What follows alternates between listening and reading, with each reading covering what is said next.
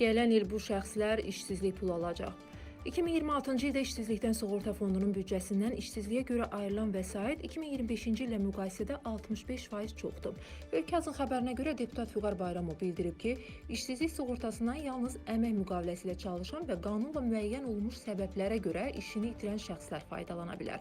Bu səbəblərə müəssisənin ləğvi, ixtisar, mülkiyyətçinin dəyişməsi, məhkəmə qərarı ilə əvvəlki işçinin bərpası, hərbi xidmətdən qayıdan işçinin əvvəlki yerinə qayıtması və müddətli müqavilənin bitməsi daxildir. Vətəndaş işsiz kimi qeydiyyata düşmək üçün əvvəlcə Dövlət Məşğulluq Agentliyinə və ya DOST mərkəzinə müraciət etməlidir. Şərtlər belədir. Müddətli müqavilə bitibsə, son 36 ayın 24 ayı sığorta stajı olmalıdır. İxtisar və digər hallarda son 24 ayın 12 ayı staj tələb olunur. Ödəniş itirilmiş orta aylıq əmək haqqının 50%. Hər uşağa görə ödəniş 5% artırılır.